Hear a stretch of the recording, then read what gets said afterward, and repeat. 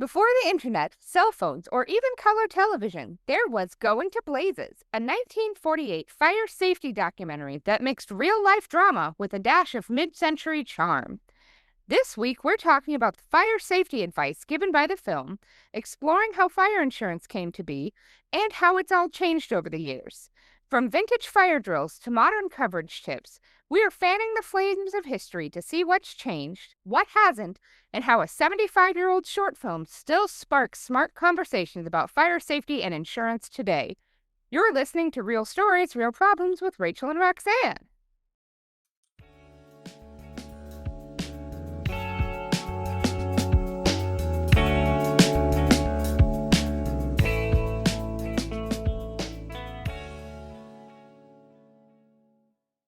Rachel, how are you today? Good. How are you, Roxanne?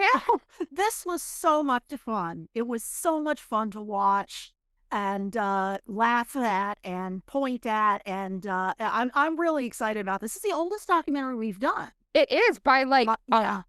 By decades. Yeah. This is such an old documentary, and it was so interesting to see how documentaries have changed over time. Yeah. Like, that, I think, was the best part of this for me, was seeing what used to be considered a documentary versus today. Right. But this is from 1948, and not that I expect a whole lot of readers or listeners were around in 1948, but at that time, Warner Brothers showed the very first color newsreel, the Tournament of Roses parade, and at the Rose Bowl game. The first Kinsey report, Sexual Behavior in the Human Male, was published. NASCAR is founded by Bill France Sr. with other drivers. And McCollum versus Board of Education, the United States Supreme Court rules that religious instruction in public schools violates the U.S. Constitution. Do you hear that, Oklahoma? It violates the Constitution. As of 75 years ago, so you have no excuse. But yeah, so it could have been an adorable documentary. Mm-hmm. It was funny. Mm-hmm. It was an interesting watch. Yes. But it just was old enough that it aged poorly enough that I would not consider it adorable. I think the thing I thought was funniest was the narrator, who sounded like he was giving some sort of news report. It was this very authoritative voice that this man was using, kind of like he was giving us the war news. It was just so serious and didn't match up with what was going on the screen. Well, and this was such a very specific style to the 1930s and the 1940s into the 1950s, was this all-encompassing, all-knowing narrator talking over the action in the black and white film. And we've seen this made fun of on TV shows and movies and stuff over the years. And it was it's just classic 1940s TV documentaries, movie kind of thing. And it was all about fire prevention. And it was this documentary company had teamed up with a firehouse in Los Angeles to put together this documentary to teach people some basic fire safety. Right. And from a modern perspective, it feels silly. Yes. So silly. I mean, the advice is sound. You know, don't pile things on top of a stove. Don't have stuff lay around on the floor that, you know, that could trip you up in the event of a fire. But the way it was presented was just so antediluvian. Yeah, it was so surreal. But I was so excited. The documentary opens, and it's the classic MGM lion. Yeah. the black and white roaring lion that we all saw at the beginning of, Right. a bunch of movies when we were little kids. Oh, I just brought back such memories for me. Yes. But yeah, and then they have a quote that they put up there, because this was part of a larger thing, the MGM Theater of Life, where they produced a bunch of little short documentary films every year for like 30 years or something. They had them going for a long time. And their quote for the Theater of Life was, "All the world's a stage, the men and women merely players." So they threw that back to Shakespeare, and I thought that was fun. Right. And and it was produced in the public interest by Fact Film Organization in cooperation with the Associated Press. And honestly, I kind of miss that. Mm-hmm. I wish more stuff today opened with, this is who paid for this, and this is who all came together to make this. Not to mention the Roaring Lion. I Well, think that we should bring that back. Well, yeah, because this way the documentary pretty much cited its own sources. And so we didn't have to go digging around and looking for where information had come from. Well, and I would love to know if I'm turning something on and it's like brought to you by the Heritage Foundation Right. in conjunction with Bill O'Reilly. I can know. Oh, okay, so this is garbage and I don't want to watch it. Turn it off. Right, exactly. So being able to say, yeah, oh, these are all the people who kind of came together to put this documentary together. I appreciate that. 10 out of 10 MGM. Yes. Would recommend bringing that back. Right. Uh, And we were supposed to have as a guest today a firefighter who has written a book about the topic and all of that stuff. But he is not able to join us today. So it's just going to be Roxanne and I talking about this hilarious documentary that did not intend to be funny. No, that was the best part. It took itself so seriously. And in the beginning, it starts with you see a hand pulling the fire alarm. Right. And then the firefighters jump too. And it is Well, it's funny because they speed up the film of the firefighters leaping out of their cots and putting on their turnout gear and sliding down the fire pole in a very reckless way, I might add. yeah, they don't give any space for somebody to hit the bottom before they go down. They were like a shish kebab of firefighters, all sliding down together. There's no way they did not kick the first guy in the head. It just was hilarious. And they were chasing each other around at this sped up, the footage all sped up. It looked like a Max Sennett film, just chasing each other around. It was hysterical. You could tell that a director said, okay, guys, go to action and be fast and aggressive with what you're doing. Oh, it was so funny. And because it's in black and white, it has that overall narration. I just was kind of surprised that they didn't start with them eating a mountainous breakfast and taking a single bite before going to do anything. Like all of the Leave It to Beaver kind of stuff from that era. Oh my God. But yeah, so they are running because there is a fire. The alarm has gone off and they have to get out. They have to go to fight this fire. And so they show the firehouse dispatcher who's calling in the fire, or taking the call for the fire, and he's smoking a cigarette over his paper binder while he's documenting this call. And I just was like, oh, no wonder there's so many fires in 1948 Los Angeles. And there was this one firefighter who was trying to cook something, and the fire bells went off. And he just left. He left what he was cooking on the stove. And when he got back to the firehouse, it was this charred lump of something. And I mean, any woman who has ever done any cooking, or any man, in fact, can tell you that if you put something in the oven, you can't just walk away from it. That's a fire hazard, Mr. Fireman. Right. With your fire hazard in your firehouse. Yes. But so we're watching, and I was taken aback by how these sophisticated processes that they put in place to get out to fires as fast as they could seemed slow and archaic by modern standards. Right. It's only been 75-ish years since this came out, and that's a long time for technology. And they had some of the first computers that I've seen in use at this time. They had the punch card computers. Oh yeah, punch press, yeah.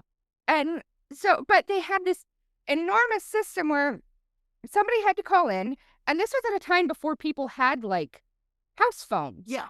And so they had a system where if you were calling on a party line, which for those people who don't know, sometimes you would have 8 or 9 houses that all shared a line, just one open line.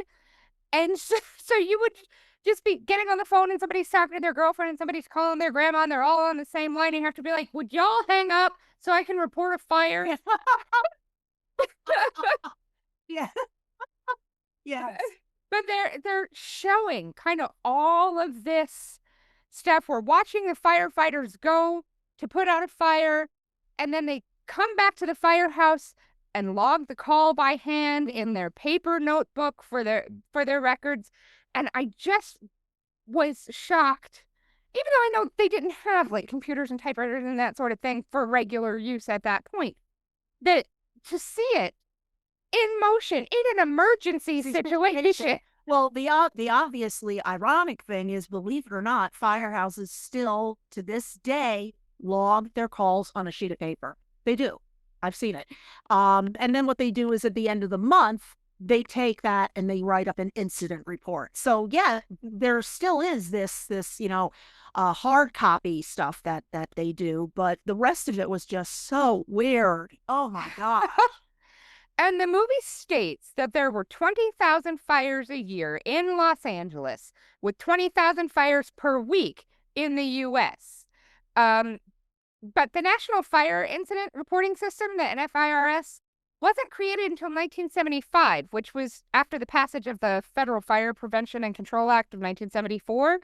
So there was no uniform reporting, and the number of fires per year prior to that are basically just estimates. Right. So it could have been way more than 20,000 fires. We just would have no way of tracking that because we didn't institute tracking for another 25 years after this.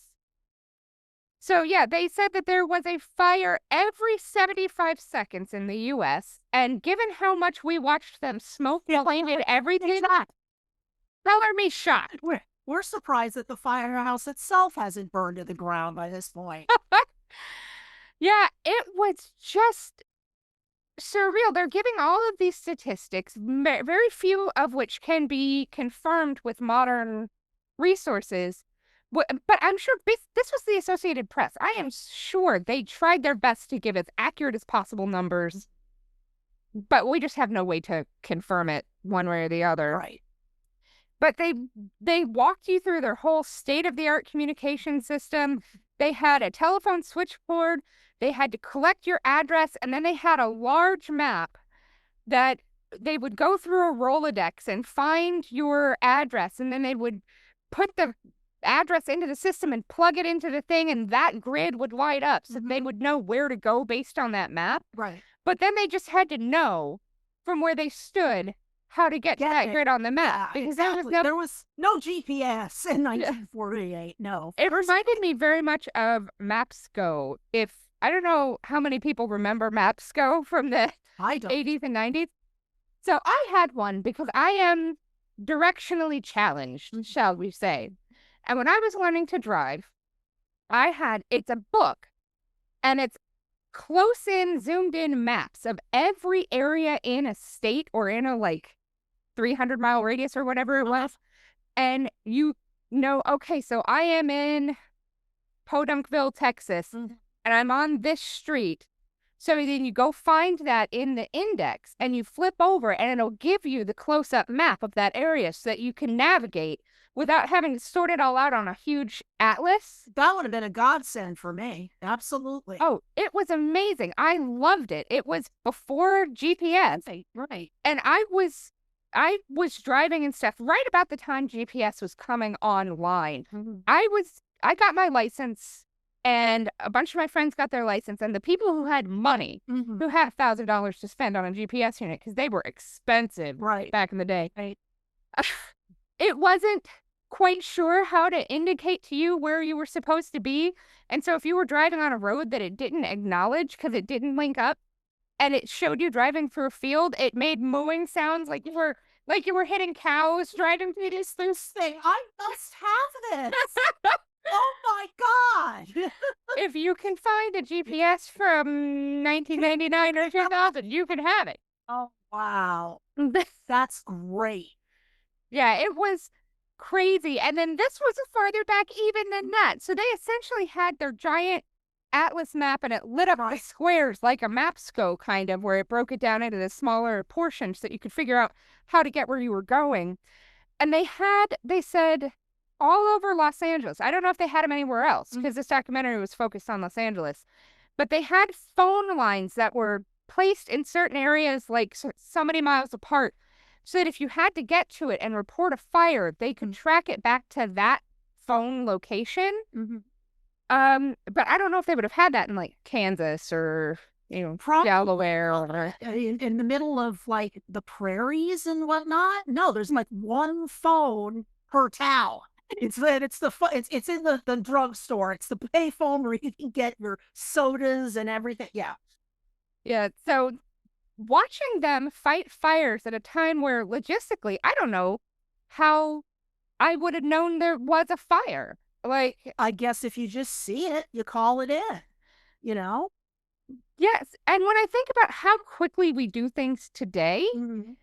and how slow it had to be and how on top of everything these firefighters had to be, because you didn't have a second to waste. No, no, because you don't know how bad the fire is until you get to the site.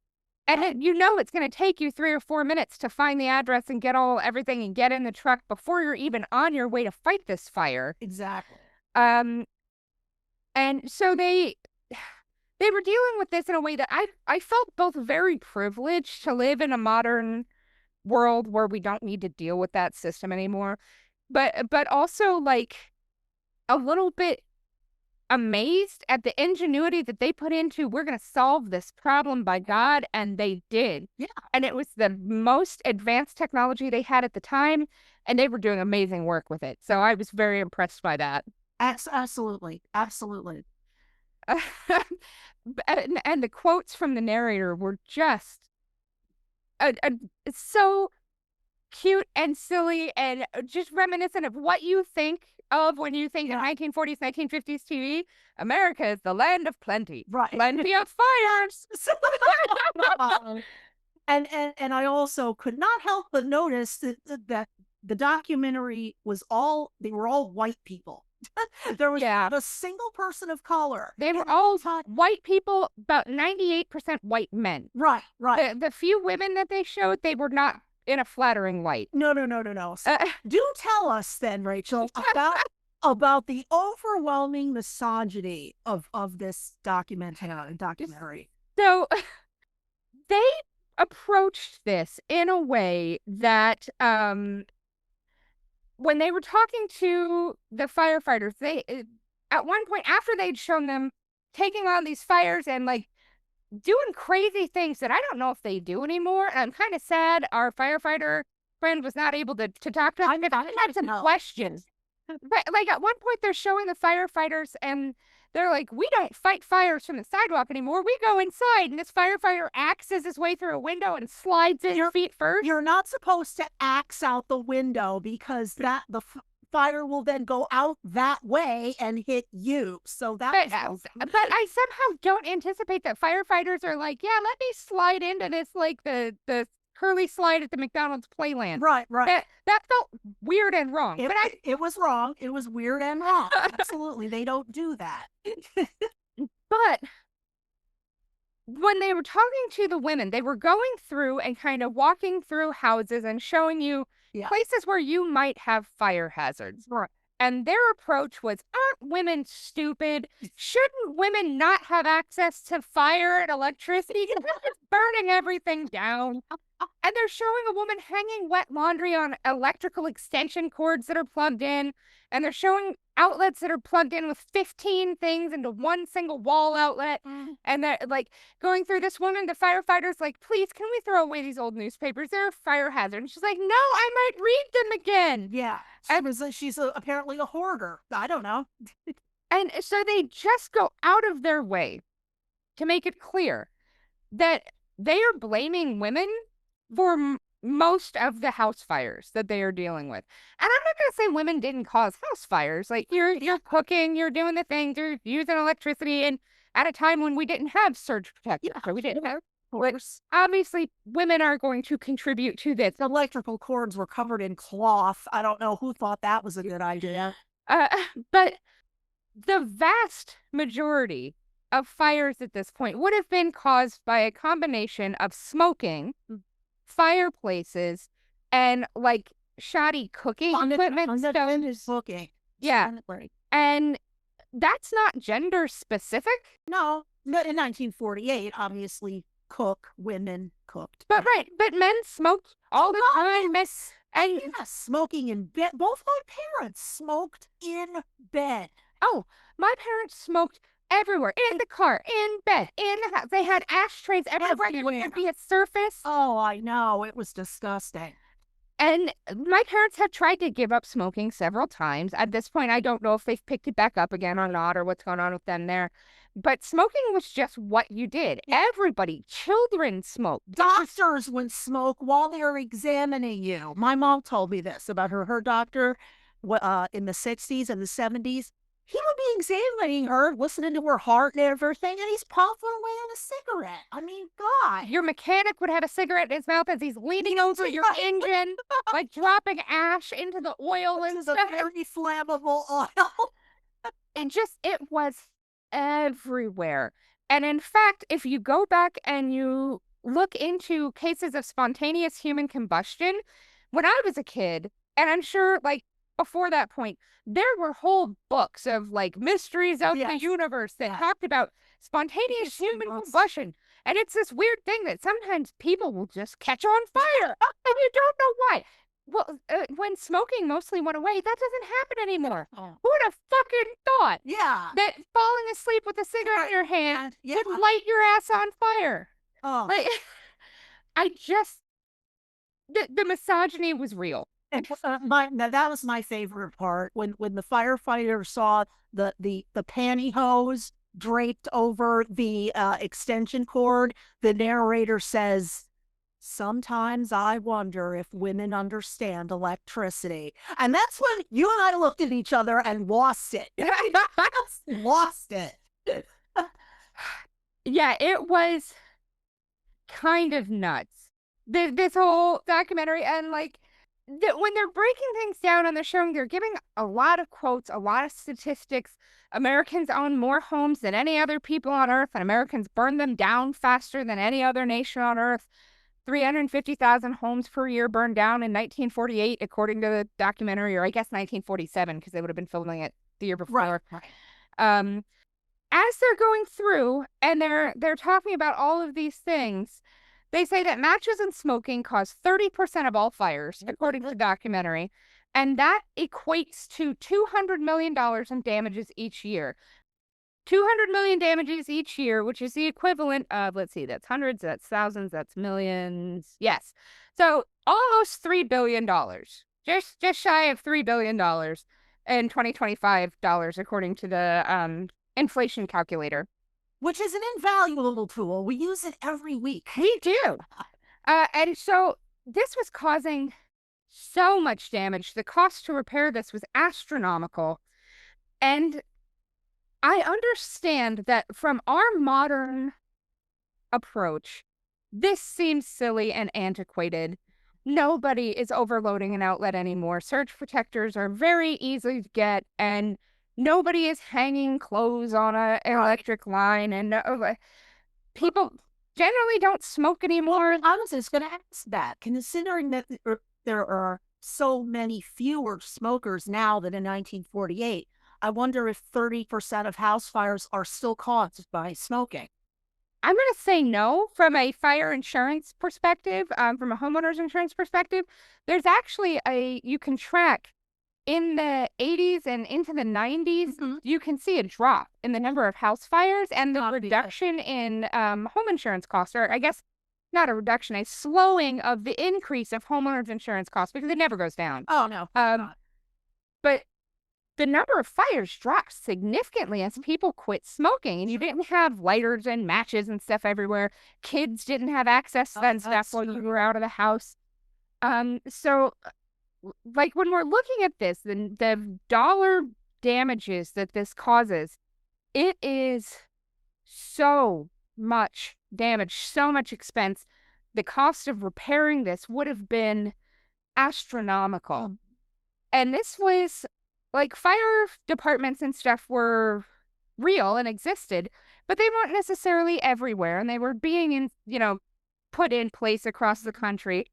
And this is why when we talk about the value of fire prevention as something you pay for in your taxes and not a private insurance to come put out a fire at your house, Right. this is why. Because this is a thing that causes literal billions and billions and billions of damages, of billions of dollars in damages every single year. Mhm. You really have to be thoughtful in the way that you are approaching this. And part of the thought of that is making sure that there is something in place to stop that fire from spreading and damaging other people's property. Exactly. And that's why firefighters and fire departments are so incredibly valuable. Mhm. And like obviously you can put a value, like a dollar value on their benefit, but the lives that they save from preventing those fires from spreading and I cannot speak highly enough about the job that fire departments and firefighters do. Oh, absolutely. They're absolutely heroes without a doubt. Without a doubt. And then like as they're going through, they're showing, all of these people they're walking through the houses and they're still with the quotes. There's no such thing as a fireproof house nor fireproof occupants. and, Oh yeah, they had such wonderful one-liners. oh, they did. It was so fun. Another great misogynistic moment when the fire inspector finds a pile of clothes and says the woman should throw them away. The narrator says, "Well, she could always lose some weight." And that's when Rachel and I lost it the second time.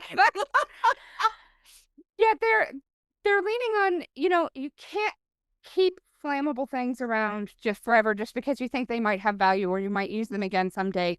The potential danger of holding on to this pile of newspapers or this pile of old clothes that don't fit you anymore is not worth whatever dollar amount you think you're going to save. Getting your whole house burned down, possibly hurt your family or you.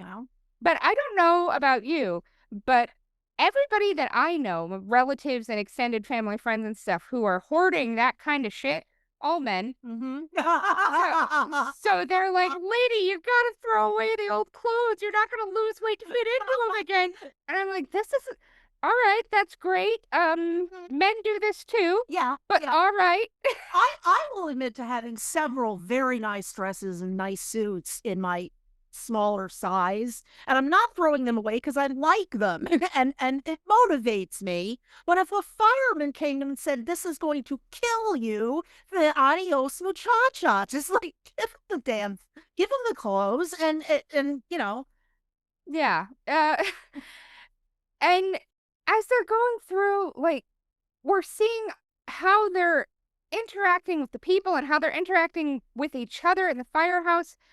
And they play this up as though there is a fire every 17 seconds. Mhm. Because these guys get called out to the fire, and then they come back and they get called out to another fire, and they leave the ham in the oven, and then they come back, and the ham is burnt to shit. So they're feeding them all just baked beans. Now, if you want a firehouse full of 72 dudes who have eaten only beans, and they don't even get to eat the beans because as they're going to scoop a spoonful of beans onto somebody's plate, the alarm goes off. Off they There's go. only one firehouse in this entire neighborhood.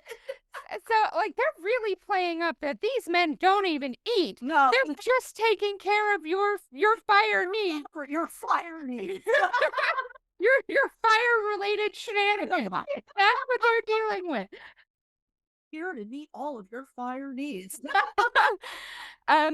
And then as they're showing this, they're like, first thing we do is ventilate to let out smoke and gas, etc., so that we can go into the building. And you're like, no, No. no, you don't. That's not how you do it, firefighters in 1948.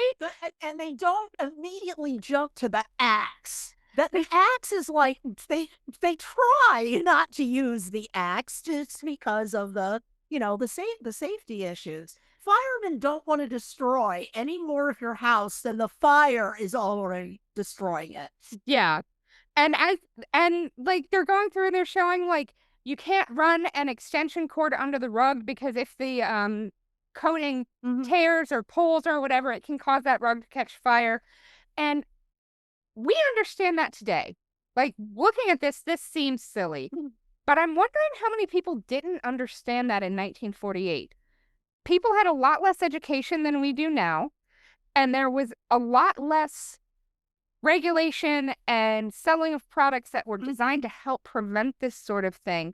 So while I watch this and I'm like, that's ridiculous. I wonder if this really was a big problem in the 40s and 50s. Well, my grandmother, she used to run the extension cord from her Christmas tree lights under these braided rugs that she had because she said it looked neater.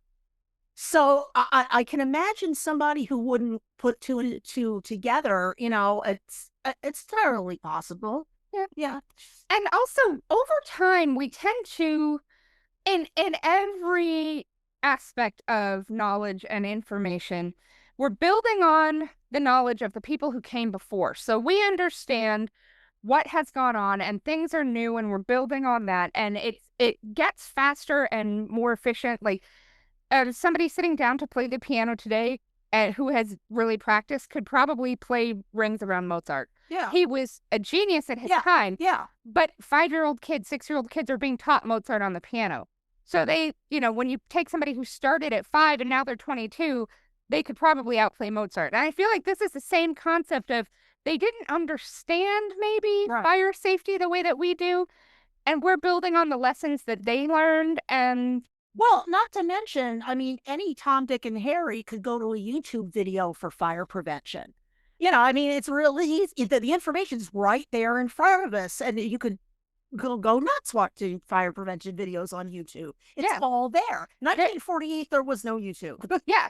The amount of information you can find on YouTube that makes your life better and is not like horrible crap is amazing. My daughter has her very first babysitting job this coming weekend. So she has been on YouTube watching babysitter instructional videos, getting ready for like, okay, these are the things I need to know and this is how I need to approach it and these are I need to, make sure I do this, that, and the other thing.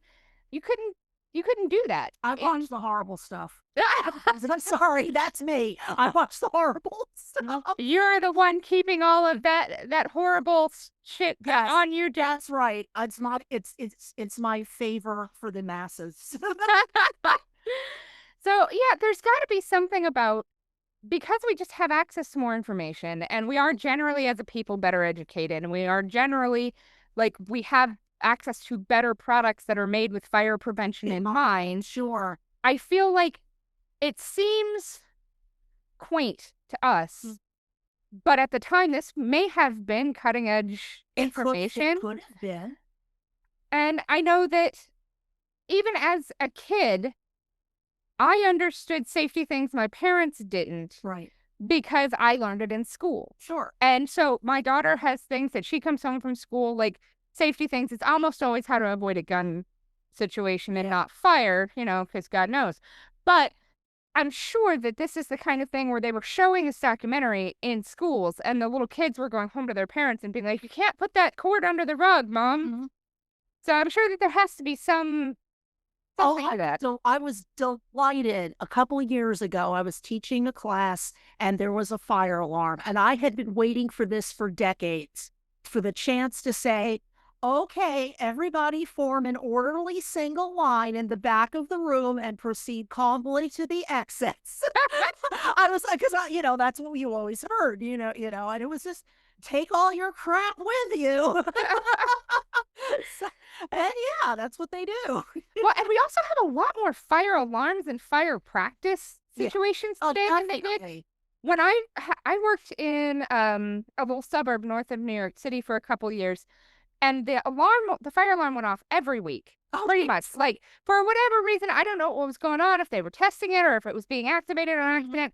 And one day I came in, I got off the elevator, and as I was walking into my office, the office next door, the door's open and smoke is pouring out, and the fire alarm is going off. And so I peeked my head in the office, and I was like, hey, it's a real fire alarm. You got to leave the building. So, like, clearly we have more practice at it, but we're now at a point maybe where if it happens too often, you get desensitized to it. Yeah, probably. But yeah, so this was like a totally different world when it comes to fire safety and keeping yourself safe and all of that. The advice that they gave was solid.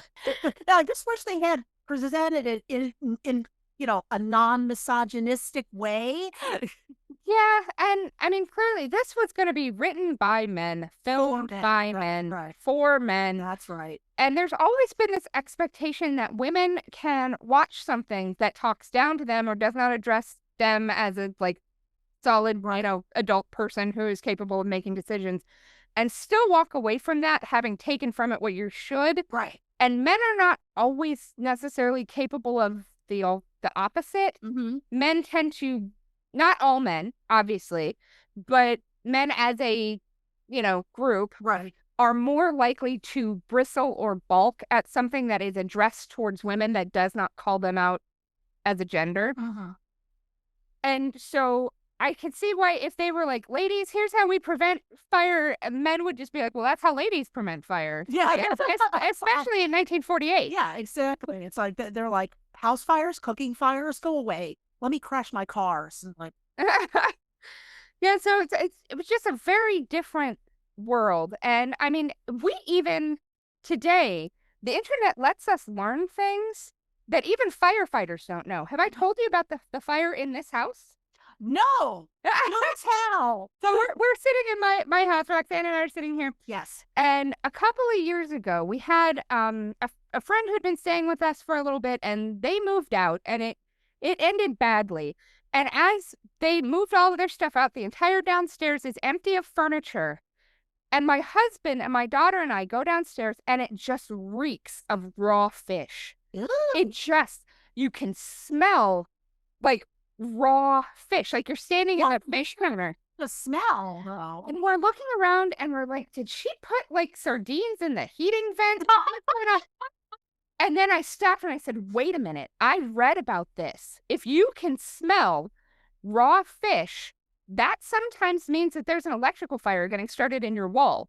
And I went to the circuit breaker downstairs in what is now my daughter's bedroom, and I touched it and it was hot. Oh. And so we flipped off the switch and I called the fire department. They came out and they were like, yeah, this wiring is bad. We're going to, you need to pull this out. You can't use this circuit breaker anymore. And I said, yeah, this is how I knew it was on fire. And they said, I've never heard that. Never heard that either. I So, can't like, wait to find out more about that. So, like, firefighters had never heard this, but I read it on the internet. Yeah. Somebody shared it on Facebook at some point, and I squirreled it away in my brain, and it stopped a house fire. That is fantastic. So clearly, we just have access to so much more information. I can't imagine a housewife in 1948 trying to find that fish smell in her No, of course not.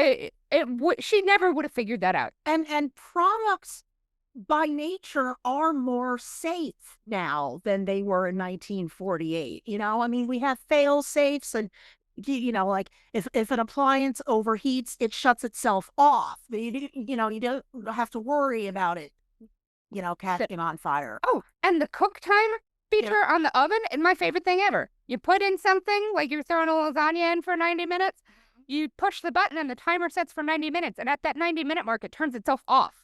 Right. So that if you forgot you threw it in there, or if you had to run out to run an errand real quick, it's not continuing to go past the point it's supposed to. So it's not going to start a fire. Things are so much better for that type of thing today than they were when this documentary was made. Certain.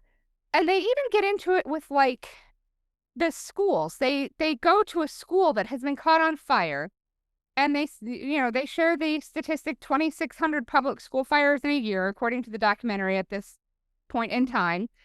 And they played it up so hokey and big. They bring out the fire investigator, and he's digging through the ashes, and he plays out a perfectly untouched copy of Our America, the history book. And it's just like very clearly they were like, all right, this building burned down. Somebody shoved some school desks and a book in there because we need to make this movie. It made me want to run right out and enlist. No,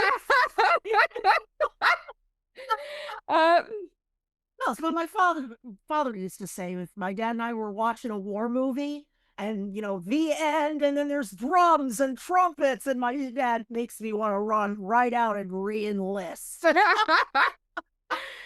But they're going through and they're talking about, how had this school fire happened when there were children in the building, it could have killed 400 kids. Like, this is not this is a big deal. They need to be aware of this, especially in public buildings where there are huge numbers of people.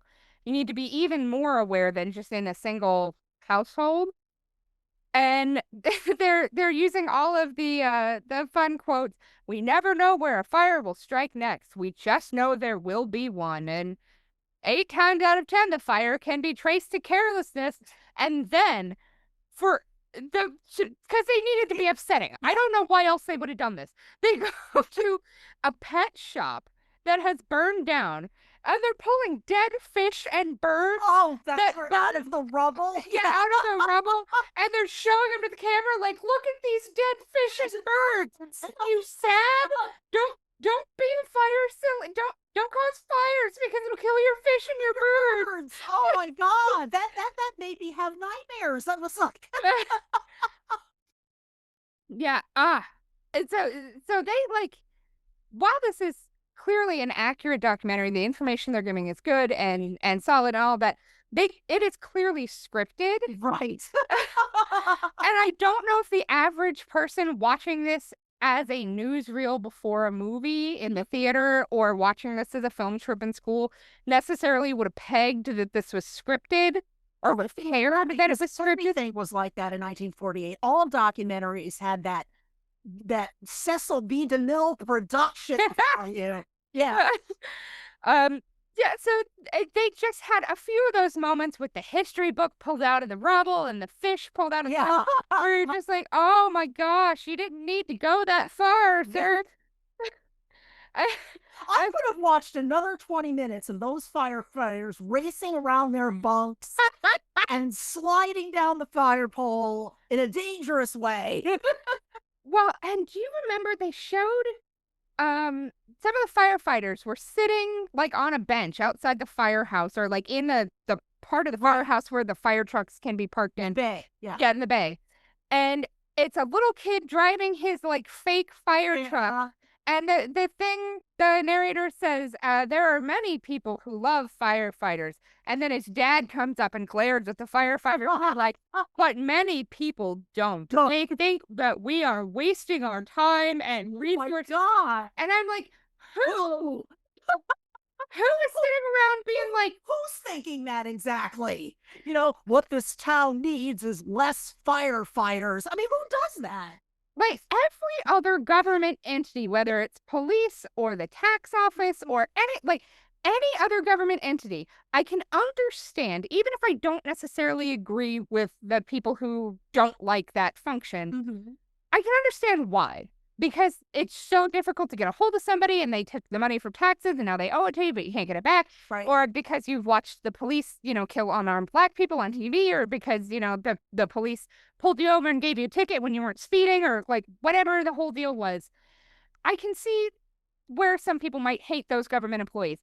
What did a firefighter ever do to you? Like, they show up, they're cute, they put out the fire, they leave. Yeah, they do things that are not even necessarily fire related, just helpful for the community. Absolutely. Like, I am partially deaf, and I have in my bedroom an alarm clock / fire alarm that gives you a very low warning, warning, warning, and it shakes the bed. Oh my God. I didn't know that. And it is set up to the smoke detectors in the rest of the house. So it will hear that tone and it will go off to wake me up.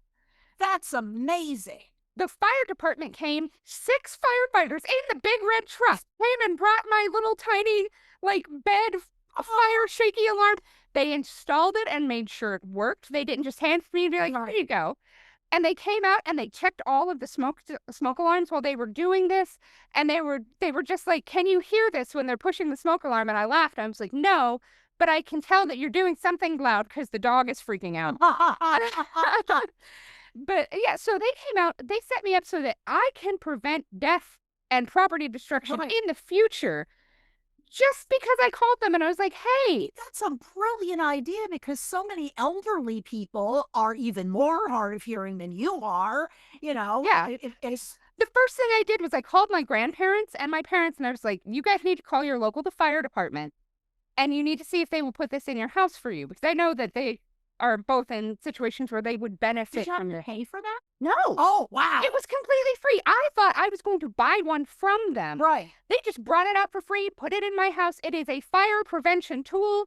It is their job to prevent fires, so they did it. Fascinating. That is incredible. But such a good idea. Yes. It's a brilliant idea. And like government uh government agencies and government, employees and stuff can help you in ways that you would never, ever anticipate. Mm. To watch this documentary, Going to Blazes, I couldn't find it. And I had seen that it was, a documentary about fire safety. And I was like, oh, let's do this one. It was nominated for an Oscar. We're going to talk about this one. And I couldn't find it. And so I called the library and I said, hey, you guys are the research experts. Right. Can you find this? And he said, yes, I can. And it took him about 4 minutes. And he said, okay, here's the website. And he sent me to the website. Every one of these Theater of Life MGM videos is on a website, not run by MGM. It's some dude who put them all together for public knowledge. And he was able to find it and send it to me. I love librarians. I really do. Like librarians, firefighters. Yes. There are people who work for the government who are doing good work and who can help you if you need it, if you know to call, if you know who to ask. And it's free to you. It's free at the point of service. You should absolutely 100%. If you need to know something and you can't find it, call your librarian. If you have a question about fire safety, if you want to know, how to keep your house safe, your firefighters, your local fire department will come to your house and will check and see. They'll tell you these are the things that are fire hazards in your home. Right. Here's how you prevent fire. They'll check all of your smoke detectors. These are people who are there to work for you. Yeah. And you should not be angry or afraid or ashamed to work with these people. Absolutely not. And I've never met anybody who was like, stupid firefighters. I didn't know anybody. So, well, when you consider every single firefighter and police officer and EMS, they chose a life of service. They would much rather come to your house to show you where all the fire hazards are than come to your house, put out a fire, and drag your scorched, charred corpse out into the front lawn. Absolutely. Yeah. So I did kind of chuckle inwardly when they're showing the angry guy who hates the firefighters for wasting his tax dollars. I'm like, what? The two dudes in the entire country who have that general train of thought, but whatever. Statler and Waldorf on the Muppets. They're just bitching to each other about the fire department and all those taxes. But they talked about how in 1 year the city of LA loses $600 million in fire damage, which was the equivalent of a little more than $8 billion today. And as they're throwing these huge numbers out there, they say, but who can measure the value of a human life? But they show exactly who can measure the value of human life because they bring the insurance inspectors. Right. The adjuster. Yeah. And they address the fire inspectors and the fire insurance people who are coming through here. And fire insurance is actually the oldest form of insurance that exists in the world. I did not know that. It was created in 1667 after the Great London Fire of 1666. That's totally logical now that I think about that. This huge, devastating fire. People were like, we need to put something in place so this doesn't happen again. Yeah, it can't happen again. And if it does happen again, it cannot economically destroy an entire city the way it did. So fire insurance is the very first form of insurance that ever existed. And it is one of the few things that must be covered under every homeowner's insurance policy, every property type of policy. You have to be covered for fire damage. Right. And you can get some very, very low-end insurance for certain types of property where they will cover fire and hail and vandalism, and that's it. And if any other bad thing happens, but it costs you $28, but that's all they'll cover. If a dent falls into your you're scared. And just through your ceiling, you're done. Okay. And this is very specific types of property. You can't just call your regular insurance agent and be like, can I have that cheap ass insurance for my house? They won't do that.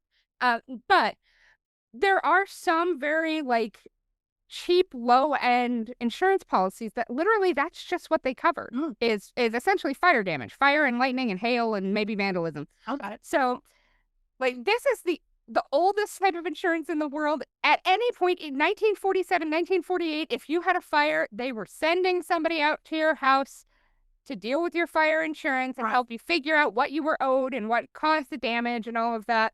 And so they included that in this documentary, which I thought was kind of neat because they didn't have to. No, but that was very helpful. Yeah. And so that was that was definitely a an interesting thing to see. Yes. And then I pulled some statistics. And according to the NFPA, from 1900 to 1954, that's the period where they were measuring it, there were 44 fires with death tolls that had 100 or more people. Oh my God. So 44 fires in the course of 54 years. From 1955 to 2025, there have been 5.